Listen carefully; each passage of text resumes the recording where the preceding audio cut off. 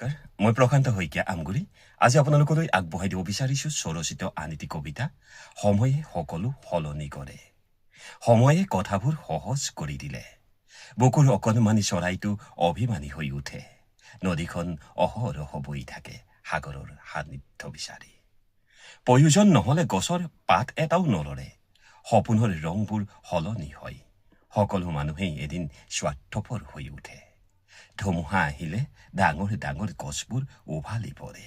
ঘাঁহ বনৰ মাজতে সপোনে গজালি মেলে। আশ্ৰয় লোৱা চৰাইবোৰ নিৰাপদে উৰি যাব পাৰে। অৰণ্যখন সদায় সেউজীয়া হৈয়ে থাকে। খালী ঠাইবোৰ সময়ে পূৰাই ল'বলৈ চেষ্টা কৰে। এজাক বৰষুণে সকলো সলনি কৰি পেলায়। প্ৰতিটো শব্দৰ অন্তৰালত একাধিক অৰ্থ থাকে। সময়ে সাগৰ মন্থন কৰি অমৃত উলিয়ায়। হলাহল প্ৰাণ কৰি নীলকণ্ঠ হয়।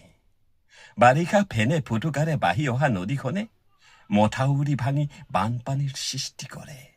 ঘৰ বাৰী সকলো এৰি থৈ মানুহবোৰ আঁতৰি যায়। খৰালি শুকাই যোৱা নদীখনৰ বিশাল বালিচৰত নতুন বছৰৰ বনভোজ খোৱা মানুহৰ ভিৰ লাগে। সময়ে সকলো সলনি কৰিব পাৰে। ধন্যবাদ।